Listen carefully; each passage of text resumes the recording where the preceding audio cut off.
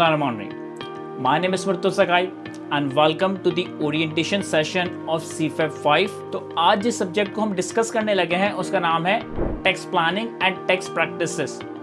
और आज के डिस्कशन में हम इस सब्जेक्ट के हर पहलू को कवर करेंगे। लाइक इस सब्जेक्ट का पासिंग परसेंटेज कितना है, इस सब्जेक्ट के एग्जाम में आईकेप के एग्जामिनर की आपसे क्या एक्सपेक्टेशन है, इस सब्जेक्ट का कोर्स कंटेंट कितना है। चूँकि ये एक ओपन बुक एग्जाम है तो ओपन बुक एग्जाम में इस सब्जेक्ट को हमें किस तरह से प्रिपेयर करना है, किस तरह से सब्जेक्ट की तैयारी करनी है। चूँकि CFEP 5 हमारा कंप्यूटर बेस्ड इन्वायरमेंट में टेस्ट किया जाता है तो CV बेस्ड एग्जाम को हम किस तरह से प्रिपेयर कर रहे होंगे, किस तरह से तैयार कर रहे होंगे। और सबसे लास्ट में इस सब्जेक्ट के लिए मैं आपके साथ एक स्मार्ट स्टडी प्लान शेयर करूंगा जिसमें सब्जेक्ट के कवरेज के हवाले से पूरा आपके पास एक स्टडी प्लानर आ रहा होगा कि वीक वाइज आपने कितने लेक्चर्स या कितनी ड्यूरेशन के लेक्चर्स को कवर करना है ताकि आप आने वाले 3 से 4 महीनों में अपने सब्जेक्ट की प्रिपरेशन एफिशिएंट वे में कर सकें। और हाँ, CFEP 5 के हवाले से बहुत सारी हमारे पास क्यूरीज या बहुत सारे फ्रीक्वेंटली आस्क्ड क्वेश्चंस होते हैं जो ज़्यादातर स्टूडेंट इस सब्जेक्ट को स्टार्ट करने से पहले या इस सब्जेक्ट को स्टार्ट करते वक्त पूछते हैं, तो उन सारी पोटेंशियल क्यूरीज को भी मैं आंसर करने की कोशिश करूँगा। चलिए जी स्टार्ट करते हैं। देखिए, मैं तकरीबन 2016 से CA फाइनल के सब्जेक्ट्स पढ़ा रहा हूँ और ये जो CFEP 5 tax planning and tax practices का सब्जेक्ट है, ये बेसिकली वो सब्जेक्ट है जिससे मैंने अपना प्रोफेशनल टीचिंग करियर स्टार्ट किया था। बैक इन 2016 मैंने CFEP 5 से अपना प्रोफेशनल टीचिंग करियर स्टार्ट किया और अब तक मैं तकरीबन इस सब्जेक्ट के कोई 20 से 25 बैचेस पढ़ा चुका हूँ। लेकिन अल्लाह का शुक्र है कि हर आने वाला बैच पुराने वाले बैच से बेहतर होता जाता है, इम्प्रूव होता जाता है। देखिए, अगर परफेक्शन की बात करें तो 100% परफेक्ट तो अल्लाह ताला की ज़ात है, लेकिन हम अपने पार्ट पे सिर्फ वैल्यू ऐड कर सकते हैं, कोशिश कर सकते हैं, फिर रिजल्ट देने वाला अल्लाह है। लेकिन स्पेसिफिकली मैं सबसे पहले अपने सारे स्टूडेंट्स आप सबका शुक्रिया अदा करना चाहूँगा क्योंकि जो हमारा लास्ट बैच कंडक्ट हुआ था वो हर लिहाज से पिछले 20-25 बैचेस के कंपेरिजन में सबसे बेहतर था। मतलब जो नंबर ऑफ रिकॉर्ड एडमिशन्स और quality of students last batch में मेरे पास थे वो मेरे ख्याल है कि पिछले 20-25 बैचेस में मैंने नहीं देखे। और ज़ाहिर है कि इतने ज़्यादा स्टूडेंट की जब क्यूरीज होती है, क्वालिटी होती है, एडमिशन्स होते हैं, तो एज अ टीचर ये मेरे लिए एक मोटिवेशन होती है कि मैं सब्जेक्ट में अपना मैक्सिमम इनपुट दे सकूँ, इस सब्जेक्ट में अपना मैक्सिमम हार्डवर्क कर सकूँ। तो लास्ट अटेम्प्ट का जो बैच गुजरा था वो पिछले 20-22 बैच के कंपैरिजन में अगर मैं एक कमेंट पास करूँ तो this was the perfect batch for me. मतलब जितनी ज़्यादा एक्सटेंसिव कवरेज, जितनी ज़्यादा मैक्सिमम प्रैक्टिस क्वेश्चन, जितनी ज़्यादा मैक्सिमम आईकेप के पास पेपर एक 4 से 6 महीने के बैच में कंडक्ट करवाए जाते थे वो हमने अल्हम्दुलिल्लाह लास्ट बैच में कवर करने की कोशिश की थी। तो इसी उम्मीद के साथ, इसी कमिटमेंट के साथ इंशाल्लाह ये वाला बैच भी लेकर चलेंगे और सारी चीज़ों को मैक्सिमम लेवल पर, एक हाई लेवल पर कवर करेंगे। कोर्स की कवरेज की बात करें, प्रैक्टिस की बात करें, आईकेप के पास पेपर्स की बात करें, तो इंशाल्लाह अल्लाह ताला से दुआ है कि हम इन सारी चीज़ों को टाइमली एफिशिएंट वे में एक मैक्सिमम एक एफिशिएंट कवरेज के साथ कवर कर सकें। चलिए जी ऑफिशियली स्टार्ट करते हैं। सबसे पहले अगर मैं इस सब्जेक्ट का पासिंग परसेंटेज देखूँ तो आपके पास पिछली 7-8 अटैम्प्ट या पिछली 9-10 अटैम्प्ट के कुछ पासिंग परसेंटेजेस प्रेजेंट हो रहे हैं। बेसिकली मैंने समर 2019 से इस सब्जेक्ट का पासिंग रेशियो आपके सामने प्रेजेंट किया है क्योंकि इसकी एक वजह है। समर 2019 से पहले CFEP 5 का ये एग्जाम ओपन बुक एग्जाम नहीं हुआ करता था, यानी CFEP 5 का एग्जाम एक नॉर्मल एग्जाम की तरह होता था जहाँ पे स्टूडेंट 3 घंटे में, 3.25 घंटे में पेपर परफॉर्म कर रहा होता था। लेकिन summer 2019 was the first attempt जब ये एग्जाम जो है आपका ओपन बुक एग्जाम हुआ और आपको टेक्स्ट के टेक्स्ट की किताबें एग्जाम में ले जाने की इजाज़त हुई। फिर इसी तरीके से पिछले 2-3-4 अटेम्प्ट के पहले ये एग्जाम हमारा कंप्यूटर बेस्ड इन्वायरमेंट में कन्वर्ट हुआ, यानी कि पहले नॉर्मल रूटीन जो है फिजिकल पेपर पे आपको 3 घंटे में पेपर सॉल्व करना होता था, लेकिन 3-4 अटेम्प्ट पहले ये पेपर आपका CB बेस में शिफ्ट हुआ। अब आपको इस पेपर को आईकेप के एग्जाम सॉफ्टवेयर पे परफॉर्म करना होता है। अच्छा, अगर आप पिछली इन सारी अटेम्प्ट के पासिंग परसेंटेजेस को देखें तो समर 2019 के अटेम्प्ट में सिर्फ 6% का रिजल्ट है और ये वो पहली अटेम्प्ट थी जब ये एग्जाम ओपन बुक एग्जाम हुआ था। तो ऑब्वियसली बच्चों ने शायद आईकेप के एग्जामिनर को सही से प्रिडिक्ट नहीं किया या एग्जामिनर ने बच्चों से शायद बहुत ज़्यादा ओवर एक्सपेक्ट कर लिया और एक बहुत मुश्किल पेपर पूछ लिया, तो 6% का रिजल्ट आया। फिर अगली ही अटैम्प्ट में 46% का, विंटर 2019 के अटैम्प्ट में 46% का पासिंग परसेंटेज आ गया। इसका मतलब हरगिज़ ये नहीं है कि इस अटैम्प्ट में स्टूडेंट की परफॉर्मेंस बहुत ज़्यादा इंप्रूव हो गई थी। इस अटैम्प्ट में पेपर आपका रीजनेबली बहुत आसान पूछा गया था। लेकिन इसके अलावा अगर मैं पिछली 7-8 अटैम्प्ट की पेपर का पासिंग परसेंटेज देखूं तो किसी अटैम्प्ट में 30%, किसी अटैम्प्ट में 33%, किसी अटैम्प्ट में 27%, पिछली 7-8 अटैम्प्ट में ऑन एन एवरेज आपको 25 से 30% रिजल्ट देखने को मिलेगा। अच्छा, एक और चीज़, जब मैंने ये सब्जेक्ट 2016 में पढ़ाना स्टार्ट किया था तो मेरी स्टूडेंट से फीडबैक लेने के बाद एक अजम्पशन या एक ओपिनियन मेरा ये था कि CFA 5 का सब्जेक्ट CA फाइनल के बाकी सब्जेक्ट के कंपैरिजन में कंपैरेटिवली इजी सब्जेक्ट हुआ करता है। फॉर एग्जांपल कि अगर मैं BFD की बात करूं या एडवांस अकाउंटिंग की बात करूं तो they are totally quantitative subject जहां पे आपको मैक्सिमम प्रैक्टिस की जरूरत होती है। इसी के कंपैरिजन में अगर मैं कॉर्पोरेट लॉ या एडवांस ऑडिट की बात करूं तो दे आर थ्योरेटिकल सब्जेक्ट जहां पे आपको बहुत ज़्यादा थ्योरी और अपनी क्वालिटेटिव स्किल्स को अप्लाई करना पड़ता है। लेकिन टैक्स का सब्जेक्ट एक ऐसा सब्जेक्ट है जिसमें थ्योरी और नंबर्स का कॉम्बिनेशन है। तकरीबन हम जब पेपर कॉम्पोजिशन पे आएंगे तो आप देखेंगे कि 50 से 60 मार्क्स आपसे न्यूमेरिकली क्वांटिटेटिवली टेस्ट होता है और 40 से 50 मार्क्स आपसे थ्योरेटिकली क्वालिटेटिवली टेस्ट होता है। तो चूंकि ये नंबर्स थ्योरी और चूंकि ये पेपर थ्योरी और नंबर्स का एक बैलेंस कॉम्बिनेशन है तो ये कंपैरेटिवली एक आसान पेपर बन जाता है। लेकिन जब से ये paper specifically open book exam हुआ है तो अब ये पेपर इतना आसान नहीं है। इस पेपर को पास करने के लिए आपको एक रीजनेबल तैयारी, एक रीजनेबल कवरेज, एक लॉ की अच्छी अंडरस्टैंडिंग डेवलप करना होगी तो ही आप इस सब्जेक्ट का जो 50 मार्क्स का पासिंग क्राइटेरिया है उस लाइन को क्रॉस कर सकोगे। अब अगर हम ओवरऑल कोर्स कंटेंट की बात करें तो CFA 5 का जो कोर्स कंटेंट है वो तकरीबन 110 से 120 घंटे में कवर हो सकता है। यानी कि 110 से 120 घंटे में हम इस कोर्स के सारे लीगल प्रोविजंस, उन लीगल प्रोविजंस की एक रीजनेबल प्रैक्टिस कवर कर सकते हैं। और ऑब्वियसली सिर्फ कोर्स कवर करना या रीजनेबल प्रैक्टिस करना इनफ नहीं होगा, हमें एटलीस्ट 8 से 10 अटेम्प्ट के ICAP के पास पेपर्स को भी सॉल्व करना होगा। तो उसके लिए आप एडिशनल 30 से 35 घंटे अलॉट कर सकते हैं। तो ओवरऑल इस सब्जेक्ट की कवरेज के लिए हमें 110 से 120 घंटे के लेक्चर्स कवर करने होंगे जिसमें हमारे पास इस सब्जेक्ट का सारा कंटेंट कवर हो रहा होगा। उन सारे कंटेंट के बैक पे जो प्रैक्टिस क्वेश्चंस है वो कवर हो रहे होंगे। और एग्जाम लेवल की प्रैक्टिस के लिए हमें तकरीबन 8 से 10 अटेम्प्ट एटलीस्ट ICAP के पास पेपर्स को सॉल्व करना होगा। तो इसके आप एडिशनल 30 से 35 घंटे अलॉट कर सकते हो। यानी कि इन टोटलिटी 130 टू 140 आवर्स में आपका ये सब्जेक्ट रेडी हो सकता है। अब हम बात करते हैं इस सब्जेक्ट के डिटेल कोर्स कंटेंट के हवाले से। तो ओवरऑल ICAP ने इस सब्जेक्ट को 3 एरियाज में बाइफरकेट किया है। लेकिन इन 3 एरियाज को अगर हम प्रॉपर्ली बाइफरकेट करें तो यहाँ पे एक्चुअली 4 एरियाज हैं। सबसे पहला एरिया हमारे पास इनकम टैक्स का है और इनकम टैक्स से तकरीबन 50 से 60 मार्क की वेटेज के क्वेश्चंस पूछे जाते हैं। जनरली यहाँ पर हमारे पास 25 से 30 मार्क्स न्यूमेरिकली क्वांटिटेटिवली टेस्ट होते हैं और 25 से 30 मार्क्स हमारे पास थ्योरेटिकली में। इसका मतलब ये नहीं कि कोई लॉ का provision as it is dictate करने के लिए आ जाएगा। आपको बेसिकली इस एरिया के अंदर एप्लीकेशन ऑफ लॉ अप्लाई करनी होगी, यानी कि लॉ के प्रोविजंस को किसी सिनेरियो में अप्लाई करना होगा। तो इनकम टैक्स का जो 50 to 60% पोर्शन है इसमें आपके पास जनरली एक न्यूमेरिकल तो बेयर मिनिमम 20 से 25 मार्क का पूछा ही जाता है। इसके अलावा हमारे पास बाकी 20 से 25 मार्क्स या 30 मार्क्स सिनेरियो बेस्ड सिचुएशन या फिर कोई कंपटीशन बना कर दे दी, उसके ऊपर हमसे कमेंट्री, हमारा ओपिनियन मांगा, इस तरह से टेस्ट किए जा रहे होते हैं। सेकेंड एरिया हमारे पास सेल्स टैक्स और फेडरल एक्साइज ड्यूटी का है। सेल्स टैक्स और फेडरल एक्साइज ड्यूटी के एरिया की वेटेज तकरीबन 30 से 45 मार्क्स रखी गई है। यहाँ पे भी हमारे पास एक सेल्स टैक्स की कंपटीशन का 20-22 मार्क का जनरली सवाल टेस्ट ही किया जाता है और इसके अलावा 10-12-15 मार्क्स एप्लीकेशन ऑफ लॉ या FET के एरिया से या फिर प्रोविंशियल सेल्स टैक्स के एरिया से पूछे जाते हैं। और इसके बाद हमारे पास तीसरा एक छोटा सा एरिया है प्रोफेशनल वैल्यूज और इथिक्स के हवाले से। जैसे कि आप सब जानते हैं कि हमारे CA के तकरीबन सारी सब्जेक्ट्स में इथिक्स का कुछ पोर्शन ऐड किया जाता है कि एज अ अकाउंटेंट हमारी क्या एथिकल रिस्पॉन्सिबिलिटीज है, एज अ ऑडिटर हमारी क्या एथिकल रिस्पॉन्सिबिलिटीज है। तो टैक्स के सब्जेक्ट के अंदर as a tax consultant, as a tax advisor, as a tax preparer आपके ऊपर क्या एथिकल रिस्पॉन्सिबिलिटीज अप्लाई होती है, ये बात हम इस एरिया के अंदर कवर कर रहे होंगे। अब देखिए, ये तो मैंने ICAP के हिसाब से आपको कोर्स का ओवरऑल ब्रेकअप बता दिया कि इनकम टैक्स का पोर्शन कितना है, सेल्स टैक्स का पोर्शन कितना है, FET का पोर्शन कितना है और एथिक्स का पोर्शन कितना है। टैक्स का पेपर हम अपनी CA की जर्नी में पहली बार नहीं देख रहे।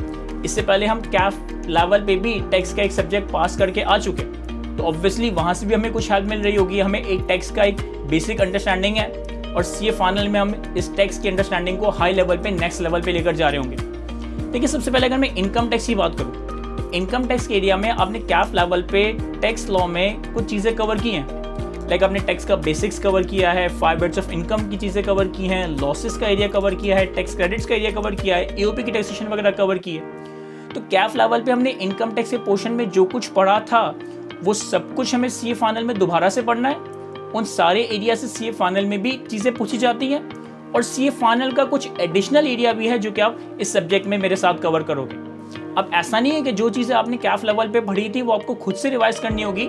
आपको C5 का सब्जेक्ट इस तरह से तैयार करवाया जाएगा कि एज इफ कि आप पहली बार टैक्स के सब्जेक्ट को पढ़ रहे हो। तो हम कैफ लेवल की भी सारी चीज़ों को रिवाइज करेंगे, 5 बेट्स ऑफ इनकम को भी डिटेल में कवर करेंगे, लॉसेस की चीज़ें भी देखेंगे, टैक्स क्रेडिट्स भी देखेंगे, और फिर इसके बाद CA फाइनल का जो एडिशनल एडवांस एरिया है, जिसमें हमारे पास ग्रुप टैक्सेशन के प्रोविजंस हैं, जिसमें हमारे पास कॉर्पोरेटाइजेशन के प्रोविजंस हैं, जिसमें हमारे पास नॉन रेजिडेंट की टैक्सेशन है, जिसमें हमारे पास स्पेशलाइज्ड टैक्सेशन है, जिसमें हमारे पास फाइनल टैक्स रिजीम और मिनिमम टैक्स रिजीम का बहुत ही इंपॉर्टेंट एरिया है। तो कैफ लेवल का जो हमने इनकम टैक्स पोर्शन कवर किया है वो भी आपका दोबारा से कवर होगा, और CA फाइनल लेवल की एडवांस इनकम टैक्स की इंप्लीकेशंस भी आप कवर करेंगे। इसी तरीके से अगर हम सेल्स टैक्स की बात करें तो सेल्स टैक्स भी हमने कैफ लेवल पे गुड्स की हद तक कवर किया था, यानी कि कैफ लेवल पे जो हमने टैक्स का पेपर पास किया है उसमें गुड्स की इंपोर्ट और गुड्स की सप्लाई के ऊपर जो सेल्स टैक्स इंप्लीकेशन है हमने कवर किए, लेकिन ऑल्दो उसका एक बेसिक वर्जन कवर किया।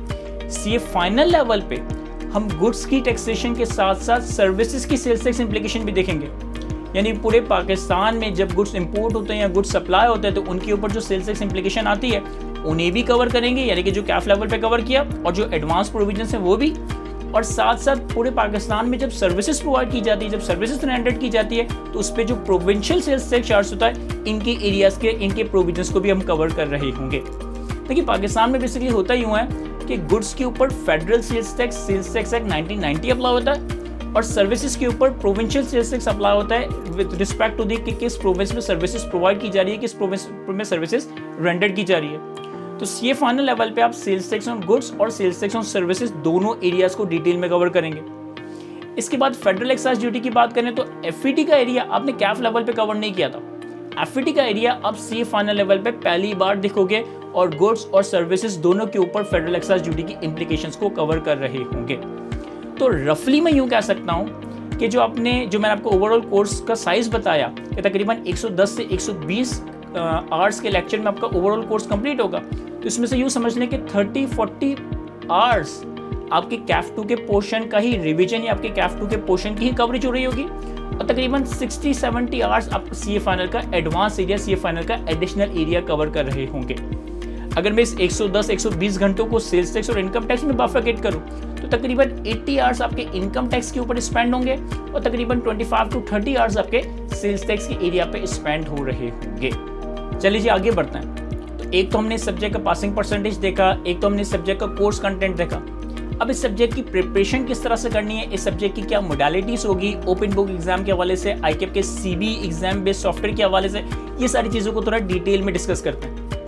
देखिए C5 का ये पेपर एक ओपन बुक एग्जाम है, यानी कि एग्जाम के 3-3.25 घंटे में आपको टेक्स्ट के बेरेक्स इस्तेमाल करने की इजाज़त होती है। अब ये जो बेरेक्स हैं ये आप हार्ड कॉपी में अपने एग्जाम में नहीं ले जा सकते, बल्कि आपके ICAP के पोर्टल पे ही आपको सॉफ्ट में बेरेक्स अवेलेबल कर दिए जाएंगे। तो हमें कोई हार्ड कॉपी वगैरह एग्जाम में ले जाने की इजाज़त नहीं होगी, हमें ICAP की तरफ से ही सॉफ्ट कॉपी की फॉर्म में, सॉफ्ट वर्जन की फॉर्म में ये बेरेक्स प्रोवाइड किए जाएंगे। अब सवाल ये होता है कि सर ये बेरेक्ट क्या चीज़ है, क्या ये आपकी कोई रेफरेंस बुक है? नहीं सर, ये मेरी कोई रेफरेंस बुक नहीं है, ये लॉ की किताबें हैं, ये लॉ के एज इट इज प्रोविजन की बुक्स हैं।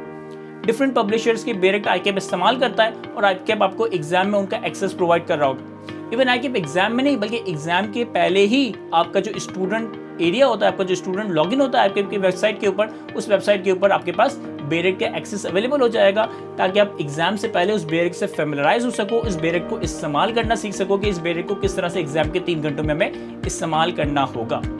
तो फिर यहाँ पर सवाल आता है कि सर हमें क्या बेरेक्ट हार्ड कॉपी में परचेज करने की ज़रूरत है या हम सॉफ्ट में इस्तेमाल करें? देखिए यहाँ पे मैं बिल्कुल ओपन हूँ, अगर आप कंफर्टेबल हैं तो आप सॉफ्ट में भी बेरेक्ट को पढ़कर इस्तेमाल कर सकते हैं, पढ़ना सीख सकते हैं, और अगर आप सॉफ्ट में पढ़ने से कंफर्टेबल नहीं है तो आप हार्ड कॉपी में भी बेरेक्ट परचेज कर सकते हैं। सर आप क्या मशवरा देंगे कि क्या हमें बेरेक्ट की हार्ड कॉपी परचेज करनी चाहिए, हमें बेरेक्ट को सॉफ्ट में इस्तेमाल करना चाहिए? मेरा मशवरा यहाँ पे ये होगा कि चूंकि आपको एग्जाम के 3 घंटों में बेरेक्ट को सॉफ्ट वर्जन में इस्तेमाल करना है, तो आई वुड रिकमेंड कि आप प्रिपरेशन करते वक्त भी बेरेक्ट को सॉफ्ट में ही इस्तेमाल करें, ताकि सॉफ्ट में बेरेक्ट को किस तरह से लोकेट किया जाता है, किस तरह से चीज़ें सर्च की जाती है, किस तरह से यूज़ किया जाता है, ये आपकी एग्जाम से पहले ही प्रिपरेशन हो। अगर आप पढ़ते वक्त, प्रिपरेशन करते वक्त बेरेक्ट की हार्ड कॉपी इस्तेमाल करेंगे और एग्जाम में डायरेक्टली सॉफ्ट वर्जन इस्तेमाल करेंगे, तो यहाँ पे आपको चीज़ें सर्च करने में, चीज़ें ढूंढने में, चीज़ें लोकेट करने में मुश्किल आ सकती है। तो मेरा ओपिनियन ये है कि आपको बेरेक्ट सॉफ्ट वर्जन में ही इस्तेमाल करना चाहिए, ताकि आप एग्जाम सिचुएशन से खुद को फेमिलराइज कर सके। फिर अगला सवाल आता है कि सर यहाँ पे सिर्फ हमें टैक्स की बेरेक्टी कवर करनी होगी, आपकी कोई रेफरेंस बुक या आपकी कोई प्रैक्टिस किताबें वगैरह नहीं होगी? नहीं सर, ऐसा बिल्कुल भी नहीं है। मेरे CFF 5 के 3 वॉल्यूम्स हैं जो कि आपको इस करिकुलम में अवेलेबल किए जाएंगे, आपको इस करिकुलम के साथ कवर करवाए जाएंगे। Volume 1, volume 2 and volume 3। Volume 1 और वॉल्यूम 2 में हम इनकम टैक्स का पोर्शन कवर करेंगे और वॉल्यूम 3 में हम सेल्स टैक्स, एफडी और एथिक्स का एरिया कवर करेंगे। सर क्या ये तीनों वॉल्यूम्स हमारे पास डे 1 से अवेलेबल होगी? नहीं सर, ये तीनों वॉल्यूम्स हमारे पास डे 1 से अवेलेबल नहीं होगी। अब इस डिस्कशन को आगे बढ़ाने के लिए मुझे आपको कुछ टैक्स की चेंजेस के हवाले से समझाना पड़ेगा। देखिए, हम चूंकि एक डेवलपिंग कंट्रीज है पाकिस्तान, और आप अक्सर न्यूज़ वगैरह में देखते रहते हैं कि फ्रिक्वेंटली टैक्स लॉस में चेंजेस आते रहते हैं। कभी कोई बजट की फॉर्म में चेंजेस आ रही होती हैं, कभी कोई मिनी बिल की फॉर्म में चेंजेस आ रही होती है, कभी कोई प्रेसिडेंट से ऑर्डिनेंस पास किया जा रहा होता है, कभी डिफरेंट तरह के SROs आ रहे होते हैं। यानी कि हमारी कंट्री में टैक्स में चेंजेस बहुत ज़्यादा फ्रिक्वेंटली हो रही होती है। और बहुत ज़्यादा अगर फ्रिक्वेंट चेंजेस ना भी हो तो कम से कम साल में एक दफ़ा बजट तो पास होता ही है।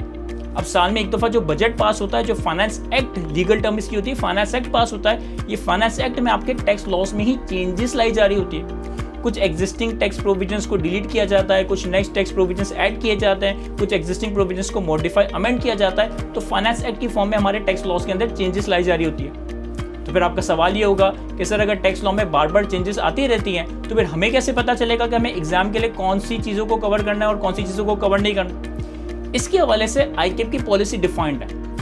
ICAP ये कहता है कि आपकी एग्जामिनेशन डेट से 4 महीने पीछे टैक्स लॉस में जो भी चेंजेस आएंगी वो आपके एग्जाम के लिए रेलेवेंट नहीं होगी। आपकी एग्जामिनेशन डेट से 4 महीने पहले तक टैक्स लॉ में जो भी चेंज आएगी, जो भी नया SRO आएगा, जो भी नया मिनी बजट आएगा, जो भी नया ऑर्डिनेंस आएगा, ये आपके लिए एग्जामिनेबल नहीं होगा। लेकिन एग्जामिनेशन डेट से 4 महीने पहले अगर कोई लॉ में चेंजेस आती हैं तो ये आपको बिल्कुल कवर करना होगी, ये आपके एग्जाम के लिए रेलेवेंट होगी। यानी फॉर एग्जाम्पल कि अगर स्टूडेंट दिसंबर की अटेम्प्ट में CFF 5 के पेपर में अपेयर हो रहा है तो अगस्त तक टैक्स लॉ में जो भी चेंजेस आएंगी वो उसे कवर करना होगी। अगस्त, सितंबर, अक्टूबर, नवंबर, इन 4 मंथ्स में टैक्स लॉ में अगर चेंजेस आती है तो वो दिसंबर अटेम्प्ट के लिए रेलेवेंट नहीं होगी। इसी तरह अगर आप जून की अटेम्प्ट में CFF 5 के सब्जेक्ट में अपेयर हो रहे हो तो फरवरी तक जितनी भी लॉ में चेंजेस आती है ये आपको कवर करना होगी।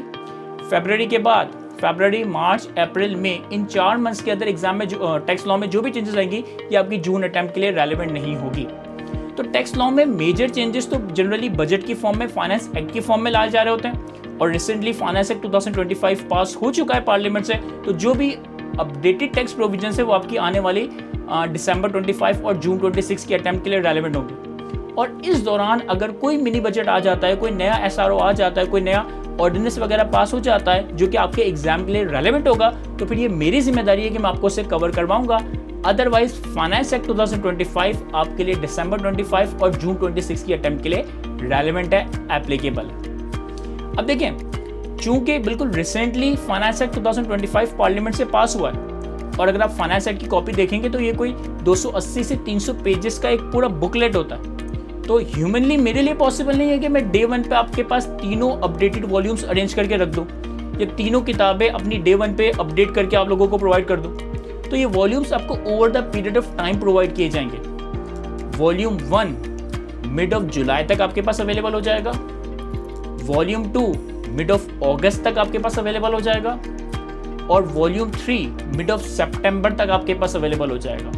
ये मैं सिर्फ एक टेंटेटिव डेट्स बता रहा हूँ कि वॉल्यूम 1 मिड ऑफ जुलाई, वॉल्यूम 2 मिड ऑफ अगस्त और वॉल्यूम 3 मिड ऑफ सितंबर तक आपके पास अवेलेबल हो जाएगा हार्ड कॉपी में।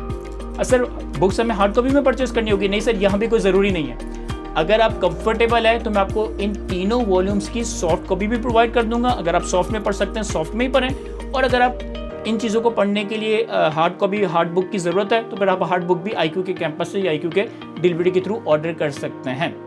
यहाँ पे आपकी टोटल मर्जी है। लेकिन अगेन ये जो मेरी रेफरेंस बुक है ये सिर्फ मैं लॉ को किस तरीके से पढ़ाऊंगा, लॉ को किस तरीके से कवर करवाऊंगा, कौन से प्रैक्टिस क्वेश्चंस करवाऊंगा, ये चीज़ें इसमें कवर होंगी। और ये मेरे वॉल्यूम्स आपको एग्जाम में ले जाने की इजाज़त नहीं होगी। और इन्हीं वॉल्यूम्स की मैं आपके सॉफ्ट वर्जन भी आप लोगों के साथ शेयर कर रहा हूँ कि अगर आप हार्ड कॉपी में वॉल्यूम्स को परचेस नहीं करना चाहते, आप सॉफ्ट में उन वॉल्यूम्स को इस्तेमाल कर सकते हैं। और ऑब्वियसली वॉल्यूम 1 मिड ऑफ जुलाई, वॉल्यूम 2 मिड ऑफ अगस्त, वॉल्यूम 3 मिड ऑफ सितंबर तक अवेलेबल होगा। लेकिन जो जो लेक्चर्स मैं आपको प्रोवाइड करता जाऊंगा उन लेक्चर्स के अपडेटेड नोट्स आपके पास लेक्चर के वक्त ही अवेलेबल होंगे। ऐसा नहीं है कि अगर मैंने कोई लेक्चर कवर करवा दिया अपडेटेड नोट्स से तो वो नोट्स आपके पास सॉफ्ट कॉपी में अवेलेबल नहीं होंगे, वो नोट्स आपके पास सॉफ्ट कॉपी में तो अवेलेबल होंगे ही, लेकिन जो इसकी हार्ड कॉपी है वो मिड ऑफ जुलाई, मिड ऑफ अगस्त, मिड ऑफ सितंबर तक अवेलेबल हो जाएगी। से फिर आते हैं लेक्चर्स के ऊपर कि क्या हमारे पास लेक्चर्स सारे के सारे डे 1 से अवेलेबल होंगे। जैसे कि मैंने आपको बताया कि बिल्कुल रिसेंटली तो फाइनेंस एक्ट 2025 पास हुआ है, मेरे लिए ह्यूमनली ये पॉसिबल नहीं है कि मैं तीनों वॉल्यूम्स को एक रात में बैठ के, एक हफ्ते में बैठ के अपडेट कर दूं। तो मेरे लिए ये कैसे ह्यूमनली पॉसिबल हो सकता है कि मैं सारे लेक्चर्स आपको डे 1 पे अपडेटेड रिकॉर्डेड प्रोवाइड कर दूं। लेक्चर्स भी आपके पास over the period of time available हो रहे होंगे। मैं आपके साथ एक स्मार्ट स्टडी प्लानर शेयर कर रहा हूँ और इस स्मार्ट स्टडी प्लानर में हर चैप्टर की कवरेज की एक एस्टिमेशन डेट आ रही है कि हर चैप्टर को आपने किस वीक में या किस डेट तक कवर कर लेना है। अभी जो स्मार्ट प्लानर में मैंने हर चैप्टर के आगे, हर लॉ के प्रोविजन के आगे एक डेट दी है कि आपको इस डेट तक इस चैप्टर को कवर करना है, तो इट्स मीन कि अब ये मेरी रिस्पॉन्सिबिलिटी है कि इस डेट से पहले मैं इस चैप्टर के अपडेटेड लेक्चर्स आपको प्रोवाइड कर दूं। फॉर एग्जाम्पल कि अगर हमें फर्स्ट वीक में इंट्रोडक्शन एंड की कॉन्सेप्ट का चैप्टर कवर करना है तो फर्स्ट वीक से पहले मैं आपको इंट्रोडक्शन एंड की कॉन्सेप्ट्स के अपडेटेड लेक्चर्स प्रोवाइड कर दूंगा। अगर सेकंड वीक में आपको सैलरी कवर करना है तो सेकंड वीक से पहले मैं आपको सैलरी के लेक्चर्स प्रोवाइड कर दूंगा। और इस तरह से करते करते हम आने वाले 2.5 से 3 महीने के अंदर आपको पूरे कोर्स के अपडेटेड लेक्चर्स प्रोवाइड कर रहे होंगे, ताकि आपका सेफली एग्जामिनेशन डेट से 1 से 1.5 महीने पहले आपका इंशाल्लाह ये कोर्स कंप्लीट हो जाए। देखिए, मैंने अब तक जितने भी CFF5 के बैचेस पढ़ाए ना, मैंने हर बैच में स्टूडेंट से यही कमिटमेंट किया कि कुछ भी हो जाए एग्जामिनेशन डेट से 1 महीने पहले तो आपका कोर्स खत्म हो ही जाएगा। और अल्लाह ताला की मदद से, अल्लाह ताला के फजल से एग्जामिनेशन डेट से सिर्फ 1 महीना पहले नहीं, हमने बहुत सारे बैचेस में एग्जामिनेशन डेट से 1.5 महीने पहले, 2 महीने पहले आपको सारे लेक्चर्स डिलीवर कर दिए। तो इस दफ़ा भी मेरा प्रॉमिस है कि मैं 1 महीने पहले आपको सारा कोर्स कंटेंट प्रोवाइड कर दूंगा। ये सिर्फ प्रॉमिस की हद तक मैं कह रहा हूँ, लेकिन मेरी कोशिश ये होगी कि हम इंशाल्लाह एग्जामिनेशन डेट से 1.5 से 2 महीने पहले अपने कोर्स को कंप्लीटली आप लोगों को अपडेट करके, रिकॉर्ड करके प्रोवाइड कर दें। अब हम आते हैं आपकी बहुत सारी क्यूरीज के हवाले से कि सर हमें बेरेट को किस तरह से इस्तेमाल करना है, हम ICAP के एग्जामिनेशन पोर्टल की किस तरह से प्रैक्टिस करेंगे। सर आप तो अपने कोर्स में इनकम टैक्स का एरिया पहले कवर करवाते हो, फिर सेल्स टैक्स का एरिया कवर करवाते हो, क्यों ना मैं सेल्स टैक्स से अपनी प्रिपरेशन स्टार्ट कर दूं, तो क्या ये सही होगा? तो बहुत सारी क्यूरीज हैं जो कि आपके जहन में होती है, 1 बाय 1 में इसको आंसर करने की कोशिश करूंगा। देखिए, सबसे पहले हम बेरेट की बात करें कि बेरेट को किस तरह से एग्जाम में इस्तेमाल करना है। प्रिपरेशन करते वक्त आप हर चैप्टर के लेक्चर्स के साथ उस चैप्टर का बेरेट भी साथ साथ रीड करोगे। यानी फॉर एग्जाम्पल आपने एक चैप्टर ओपन किया तो आपने मेरी बुक अपने सामने ओपन कर ली और उसका लेक्चर देखना स्टार्ट किया। जो चीज़ें आपके पास लेक्चर में आ रही होंगी वही चीज़ें आपके पास मेरी रेफरेंस बुक में भी आ रही होगी। तो आपने लेक्चर भी देखा, साथ साथ मेरी बुक भी अपने सामने रखी, और अगर कुछ एडिशनल चीज़ आपको नोट करने की जरूरत पड़ती है, पढ़ाते वक्त तो एग्जाम्पल दे दी, पढ़ाते वक्त कोई छोटी मोटी डायग्राम बना दी, वो आप अपनी बुक में ही कॉपी कर लीजिएगा, उसके लिए कोई सेपरेट रजिस्टर मेंटेन करने की जरूरत नहीं है।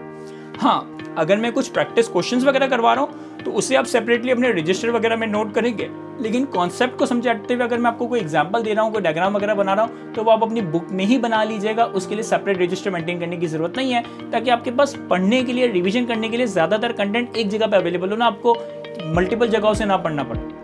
अब जब हम किसी भी चैप्टर के लेक्चर्स कवर कर रहे होंगे तो साथ साथ मेरी रेफरेंस बुक अपने सामने ओपन रखेंगे और आप देखेंगे कि हर चैप्टर के लेक्चर्स में और हर चैप्टर के नोट्स में उस चैप्टर के रेलेवेंट प्रोविजंस का सेक्शन रेफरेंस आ रहा होगा कि अगर लॉ की कोई बात है तो वो कौन से सेक्शन से आ रही है, कौन से सबसेक्शन से आ रही है, कौन से रूल से आ रही है, हर चीज़ में प्रॉपर रेफरेंस के साथ आपको लेक्चर्स में और नोट्स में प्रोवाइड कर रहा हूँ। तो आपने करना ये होगा कि आपने एक चैप्टर का लेक्चर देखा, साथ साथ उसके चैप्टर के नोट्स यानी कि जो मेरी रेफरेंस बुक है वो ओपन की, और जैसे जैसे वो चैप्टर कवर होता जा रहा है उस सेक्शन को, उस रूल को, उस सबसेक्शन को जाके बेरेट से देयर एंड देयर रीड कर लिया, ताकि आपको समझ आए कि यार ये जो मैंने टैक्सेशन आपको बताई है मेरी बुक में इसको किस तरह से लिखा हुआ है, लेकिन बेरेट में ये किस तरह से लिखा हुआ है। ऑब्वियसली एज ए टीचर पढ़ाते वक्त हम बहुत सारी ट्री डायग्राम्स बनाते हैं, बहुत सारे शॉर्टकट्स बनाते हैं, बहुत सारी लिंकिंग क्रिएट करते हैं। बेरेट में चीज़ें इतनी सिंपल वे में नहीं लिखी होती, बेरेट में सारी चीज़ें थ्योरेटिकली लिखी हुई होती है। तो आपने हर चैप्टर के लेक्चर्स के साथ साथ उनकी वॉल्यूम्स, उनके नोट्स भी ओपन करने और जैसे जैसे चैप्टर कवर करते जाएं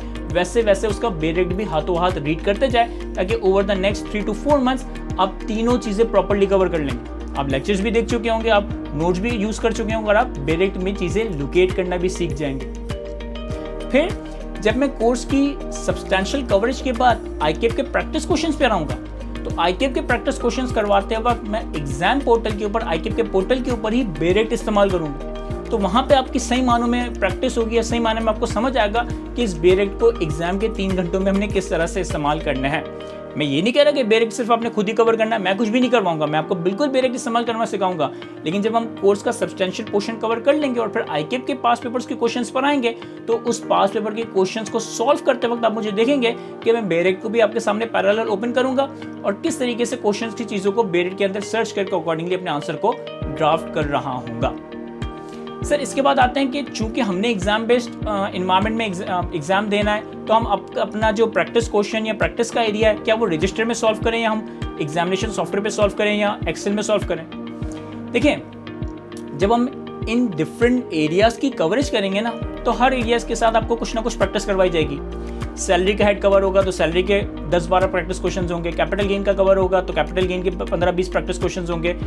मिनिमम टैक्स रिजीम का एरिया तो उसके साथ कुछ प्रैक्टिस क्वेश्चन आएंगे। तो हर चैप्टर की कवरेज के साथ जो आपको प्रैक्टिस कवर करवाई जाएगी, ये आपकी मर्जी है। आप चाहो तो अपने रजिस्टर में इसको प्रॉपर्ली नोट करो और आप चाहो तो प्रॉपर एक्सेल फाइल मेंटेन करो, एक्सेल में ये सारी चीज़ें कॉपी करो। लेकिन याद रहे, ये प्रैक्टिस वाला एरिया सिर्फ देखना काफ़ी नहीं होगा, सिर्फ देखना और सुनना काफ़ी नहीं होगा। जो प्रैक्टिस क्वेश्चंस मैं आपको लेक्चर्स में कवर करवा रहा हूँ, वो लाजमी आपने अपने हाथों से या तो रजिस्टर में कॉपी करना है या फिर आपने अपनी नाजुक उंगलियों से एक्सेल की फॉर्म में एक्सेल के अंदर उनको सॉल्व करना है। सिर्फ लेक्चर देखोगे कि मैं सॉल्व कर रहा हूँ तो इससे आप नहीं सीखोगे। आप देख रहे हो कि मैं एक गाड़ी कैसे चला रहा हूँ, तो किसी को गाड़ी चलाते हुए देखकर आपको गाड़ी चलाना नहीं आ जाएगी। अगर आप किसी फुटबॉल प्लेयर को खेलते हुए देख रहे हो कि यार ये फुटबॉल प्लेयर खेल कैसा रहा है, तो देखकर नहीं सीख सकते। आपको खुद से उन सवालों को या तो अपने रजिस्टर में या फिर एक्सेल के अंदर सॉल्व करना होगा, इवन दो कि वो सवाल मैंने लेक्चर्स के अंदर सॉल्व करवाए। फिर जब हमारे कोर्स का सब्सटेंशियल पोर्शन चंक कवर हो जाएगा, यानी कि तकरीबन कोर्स का 60-70% एरिया कवर हो जाएगा, तब हम आईकेप के पास पेपर्स पर आएंगे। और आईकेप के जो पास पेपर्स हैं वो आप देखेंगे कि मैं एक्सेल के ऊपर या आईकेप के एग्जाम सॉफ्टवेयर पे सॉल्व करूंगा। और यहाँ पे आपके लिए कंपल्जन है कि आपने इन आईकेप के पास पेपर्स को आईकेप के सॉफ्टवेयर पे ही सॉल्व करना है। आप कम से कम भी 7-8 अटेम्प्ट के अगर पास पेपर्स आईकेप के सॉफ्टवेयर पे सॉल्व कर लेते हो ना, आपके पास अच्छी तैयारी हो जाएगी, आपके पास एक हैंड ऑन एक्सपीरियंस आ जाएगा कि मैंने एग्जाम के 3 घंटों में सॉफ्टवेयर को किस तरह से मैनेज करना है, एग्जाम के 3 घंटों में सॉफ्टवेयर को किस तरह से यूज करना है। तो कोर्स को कवर करते वक्त प्रैक्टिस क्वेश्चंस को आप रजिस्टर में सॉल्व करें या एक्सेल फाइल में सॉल्व करें, ये आपकी मर्जी है। लेकिन जब हम ईयरली पास पेपर सॉल्व करेंगे, पिछले 8 से 10 अटेम्प्ट के पास पेपर सॉल्व करेंगे, तो लाजमी आपने उन पास पेपर्स को आईकेप के सॉफ्टवेयर पे ही सॉल्व करना है। अब ओवरऑल हम बात करते हैं कि हमारी CFEP 5 की तैयारी चलेगी किस तरह से। देखिए, सबसे पहले आपने ये ओरिएंटेशन सेशन कवर किया। इसके बाद आपने इस सब्जेक्ट का स्मार्ट स्टडी प्लानर देखना है, जिसमें आपको हर वीक का एक टारगेट दिया जाएगा कि हर वीक में कौन सा चैप्टर, कौन सा लेक्चर्स आपने कवर करना है। और फिर स्मार्ट प्लानर की सीक्वेंस में पोर्टल पे जिस तरह से चैप्टर्स को सीक्वेंस अरेंज किया हुआ है, उसी स्ट्रक्चर्ड सीक्वेंस में आपने टेक्स्ट के लॉ की कवरेज करनी है। जिस सीक्वेंस में मैंने स्मार्ट प्लानर बनाया है, उसी सीक्वेंस में मैंने बुक बनाई है, उसी सीक्वेंस में लेक्चर्स भी आपके पोर्टल पे आ रहे होंगे, तो आपको इस स्ट्रक्चर्ड सीक्वेंस को फॉलो करना है। सर व्हाट इफ के मैं पहले सेल्स टैक्स पढ़ लूँ, व्हाट इफ के मैं पहले इनकम फ्रॉम बिजनेस पढ़ लूँ। देखिए, अगर आपने व्हाट इफ पे जाना है तो आप बिल्कुल ऐसा कर सकते हैं, लेकिन अगर आप मुझसे मशवरा करेंगे तो एक वजह है कि मैंने क्यों पहले इनकम टैक्स कवर करवाया, क्यों फिर बाद में सेल्स टैक्स कवर करवाया। बहुत सारे लोग कहते हैं कि सर सेल्स टैक्स का एरिया तो सिर्फ 10, 15, 20 घंटों का है और सिर्फ 30-35 मार्क का पेपर आएगा, तो पहले हम सेल्स टैक्स पूरा ना कर ले। यहाँ पे मेरा आर्ग्यूमेंट ये होगा कि क्या तुम सिर्फ सेल्स टैक्स पढ़कर पेपर पास कर लोगे? ऐसा नहीं होने वाला। सिर्फ सेल्स टैक्स पढ़कर आपका पेपर तो पास नहीं होने वाला ना। मैं भी जानता हूँ कि सेल्स टैक्स का एरिया 20 घंटों में कवर हो जाएगा और उससे 35-40 मार्क का पेपर आएगा, लेकिन कोई वजह है कि पहले आपको इनकम टैक्स कवर करवा रहा हूँ, उसके बाद सेल्स टैक्स कवर करवा रहा हूँ। लेकिन जब बच्चा कोई पैदा होता है ना, तो हम पहले दिन उसे गोश्त नहीं खिला देते। पहले दिन वो माँ का दूध पीता है, फिर आहिस्ते आहिस्ते पानी पीता है, फिर आहिस्ते आहिस्ते थोड़े स्पाइसेस चखता है और फिर एक वक्त आता है कि वो गोश्त के इंसानों को खाने लग जाता है। तो एक वजह है कि पहले आपको इनकम टैक्स के थ्रू आपकी बेस बनाई जाएगी। जब इनकम टैक्स के थ्रू आपकी बेस बड़ी स्ट्रांग हो जाएगी, तो फिर आपको सेल्स टैक्स का एरिया भी कवर किया जाएगा। हाँ, अगर किसी ने टैक्स लॉ पहले ही पढ़ा हुआ है तो वो अब सेल्स टैक्स पहले पढ़ ले, कोई हर्ज नहीं है। यानी कि अगर कोई CFEP 5 की दूसरी तीसरी अटेम्प्ट दे रहा है खुदा ना खास्ता, तो वो सेल्स टैक्स का एरिया पहले कवर कर सकता है। लेकिन अगर आप पहली अटेम्प्ट दे रहे हैं तो I would recommend, I would encourage, I would advise कि पहले आप इनकम टैक्स का पोर्शन मेरे साथ कवर करें और उसके बाद फिर हम सेल्स टैक्स के एरिया पे जंप कर रहे होंगे। फिर यहाँ पे सवाल आता है कि सर मैंने तो दिसंबर 24 की अटेम्प्ट में, मैंने तो समर 2025 की अटेम्प्ट में ही CFEP 5 के लेक्चर्स ले लिए थे और अब ये नया बजट आ गया, तो मैं क्या करूं? मैं क्या सारे लेक्चर्स दोबारा से लूं? क्या मुझे सारे लेक्चर्स को दोबारा से लेना पड़ेगा? ऐसा भी नहीं है। देखिए, समर 2025 का 100% कोर्स कंटेंट आपके पोर्टल के ऊपर अभी से अवेलेबल है। मैं आपको स्टडी प्लानर में बताऊंगा कि हर चैप्टर को मैं किन किन वीक्स में या किन किन डेट्स पे अपडेट कर रहा हूँ। और स्मार्ट प्लानर के साथ मैं आपके साथ एक प्रॉपर एक्सेल की शीट शेयर करूंगा जिसमें हर चैप्टर्स में जितने नंबर ऑफ लेक्चर्स आ रहे हैं उन लेक्चर्स के आगे मैं ये भी लिख दूंगा कि कौन कौन से लेक्चर्स नए फाइनेंस एक्ट 2025 के हिसाब से अपडेट हुए हैं। ऐसा नहीं होता कि 100% लेक्चर्स ही अपडेट करने की जरूरत पड़ती है। हाँ, अगर 200 लेक्चर्स हैं तो 200 में से शायद 50-60 लेक्चर्स अपडेट करना पड़ते हैं। तो मैं हर चैप्टर के हर लेक्चर के आगे ये मेंशन कर दूंगा कि कौन सा लेक्चर अपडेट होना है, कौन सा लेक्चर पुराना वाला इस्तेमाल हो सकता है। तो अगर किसी ने दिसंबर 24 के अटेम्प्ट में या समर 2025 के अटेम्प्ट में CFA5 की तैयारी पुराने लॉ के हिसाब से कर रखी है तो उससे अब दिसंबर 25 के लिए 100% लेक्चर्स को दोबारा देखने की जरूरत नहीं है। आप उस एक्सेल फाइल को देखें कि हर चैप्टर के अंदर सर ने कौन कौन से लेक्चर्स को अपडेट किया है और सिर्फ वो अपडेटेड लेक्चर्स दोबारा से देख लीजिएगा। इसके बाद बात करते हैं कि लेक्चर्स आप लोगों को प्रोवाइड कैसे किए जाएंगे।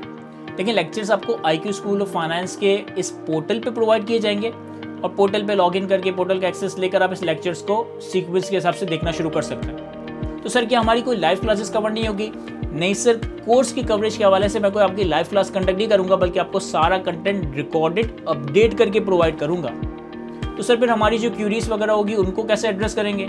सर आपकी क्यूरीज को एड्रेस करने के लिए एक व्हाट्सएप ग्रुप में आपको ऐड किया जाएगा जहाँ पे मैं और मेरे टीम मेंबर्स आपको आपकी क्यूरीज का आंसर दे रहे होंगे और नीड बेसिस पे हम वीकली या फोर्टनाइटली लाइव Q&A सेशंस वगैरह भी कंडक्ट कर रहे होंगे।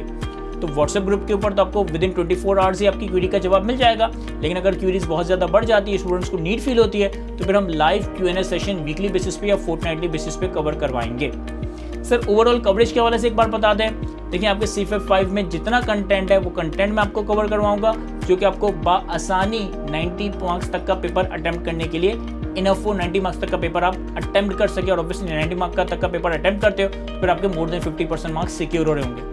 सर 100% कंटेंट रेडी नहीं होगा? नहीं सर, 100% कंटेंट रेडी करने के लिए तो शायद आपको 1.5-2 साल भी कम पड़ जाएंगे, क्योंकि आपने CAF 2 का भी अगर टैक्स का पेपर दिया है तो CAF 2 के एरिया में भी बहुत सारा एरिया ऐसा होता था कि जिसमें रिटर्न असेसमेंट अपील का एरिया आता था, रजिस्ट्रेशन डी रजिस्ट्रेशन का एरिया आता था, जो कि कोई कॉन्सेप्चुअल एरिया नहीं है, प्रोसीजरल नेचर का एरिया है। तो ऑब्वियसली CA फाइनल लेवल के ऊपर मैं आपको वो प्रोसीजरल नेचर की चीज़ें कवर नहीं करवाऊंगा। वो प्रोसीजरल नेचर की चीज़ें कवर ना करवाने के 2 रीजन हैं। एक तो वो बहुत गहरा समुंदर है, बहुत ज़्यादा कंटेंट है। दूसरा, एग्जाम के पर्सपेक्टिव से उसकी कोई रेलेवेंस, एग्जाम के पर्सपेक्टिव से उसकी कुछ ऐसा इंपॉर्टेंस नहीं है। मोर देन 90% मार्क्स आपके जिस एरिया से कवर होंगे, जिस एरिया से टेस्ट किए जाएंगे, वो आपको इस CFA5 के कोर्स में कवर करवाया जाएगा, जिसमें 5 वेट्स ऑफ इनकम है, NTR, MTR, FTR का कॉन्सेप्ट है, ग्रुप टैक्सेशन है, कॉर्पोरेटाइजेशन है, स्पेशलाइज्ड टैक्सेशन है, नॉन रेजिडेंट की टैक्सेशन है, सेल्स टैक्स है, प्रोविंशियल सेल्स टैक्स है। तो जहां से आपका 90% पेपर बनता है, 95% पेपर बनता है, वो एरिया मैं आपको CFA5 के कोर्स में कवर करवाऊंगा।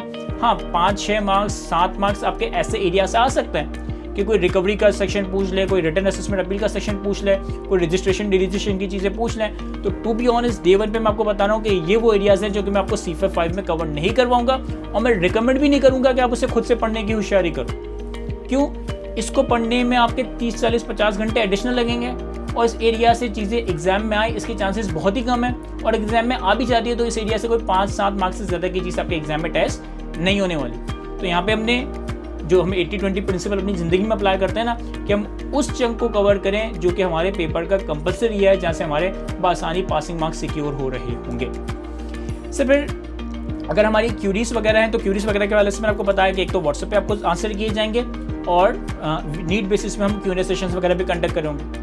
अब इस ओरिएंटेशन सेशन में भी मैंने आपकी सारी पॉसिबल या सारी फ्रिक्वेंटली आस्क्ड क्यूरीज को आंसर करने की कोशिश की है, लेकिन ऑब्वियसली इस सेशन को देखने के बाद भी आपके जहन में कुछ नए सवाल, कुछ नई कन्फ्यूजन, कुछ नई क्यूरीज वगैरह आ सकती है। तो वो चीज़ें फिर आप लोग मुझसे व्हाट्सएप ग्रुप पे पूछ रहे होंगे, और अगर लेट से कि बहुत ज़्यादा सवाल आते हैं तो हम कोई Q&A सेशन कमिंग वीक के अंदर कंडक्ट कर लेंगे, यानी कि मुहर्रम के बाद कंडक्ट कर रहे होंगे। तो इजाज़त दे यहीं तक, और इंशाल्लाह फिर आप लोगों से CFA5 के ऑफिशियल कोर्स कंटेंट में मुलाकात होती है। Thank you.